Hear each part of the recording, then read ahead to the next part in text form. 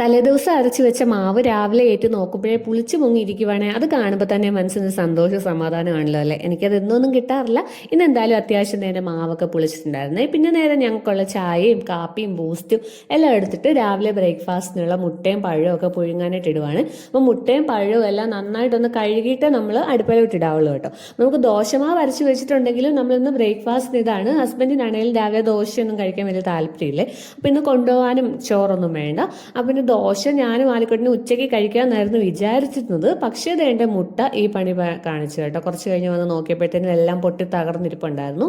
അതെന്തേലും ആട്ടെന്ന് ഓർത്ത് ഞാൻ പിന്നെ പോയിരുന്ന ചായയൊക്കെ കുടിച്ചു. പിന്നെ ഭാഗ്യത്തിന് 2 മുട്ട നന്നായിട്ടുണ്ടായിരുന്നു കേട്ടോ. അതൊക്കെ വേണ്ട ഹസ്ബൻഡിന് കൊടുത്തിട്ട് വേണ്ട ടാറ്റ ബൈ ബൈ ഒക്കെ പറഞ്ഞിട്ട് എനിക്ക് ആലിക്കുട്ടിനും കഴിക്കാൻ വേണ്ടിയിട്ടുള്ള ദോശ ചുടുവാണ്. അപ്പം നമ്മളിത് ഉച്ചയ്ക്ക് കഴിക്കാമെന്ന് ഓർത്തോണ്ടിരുന്നത്. ദോശയോ ഇഡലിയോ ഉള്ള ദിവസം എനിക്കും ആലിക്കുട്ടിനും ഉച്ചയ്ക്കും രാവിലെയും രാത്രിയിലും കൂടെ ചിലപ്പോൾ ഞങ്ങൾ ദോശയൊക്കെ തന്നെ കഴിക്കും കേട്ടോ.